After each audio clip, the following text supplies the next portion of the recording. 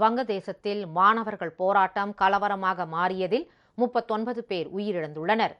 வங்கதேச விடுதலை போராட்ட வீரர்களின் வாரிசுகளுக்கு அரசு பணியில் 30 விழுக்காடு இடஒதுக்கீடு வழங்கும் திட்டத்துக்கு எதிர்ப்பு தெரிவித்து மாணவர்கள் போராட்டத்தில் குதித்தனர்.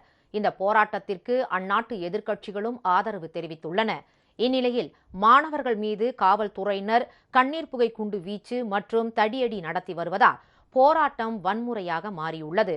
தலைநகர் டாக்காவில் உள்ள தனியார் தொலைக்காட்சியின் தலைமையகத்துக்கு வெளியே காவல்துறையினருக்கும் மாணவர்களுக்கும் இடையே மோதல் வெடித்தது.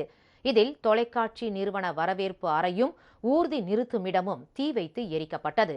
இந்த போராட்டத்தில் இதுவரை 39 மாணவர்கள் பலியாகியுள்ள நிலையில் 100க்கும் மேற்பட்டோர் பலத்த காயமடைந்துள்ளனர். போராட்டம் தீவிரமடைந்துள்ளதால் அரசு மற்றும் தனியார் பள்ளி கல்லூரிகள் காலவரையின்றி மூடப்பட்டுள்ளன. மேலும் இணையதள சேவையும் துண்டிக்கப்பட்டுள்ளது.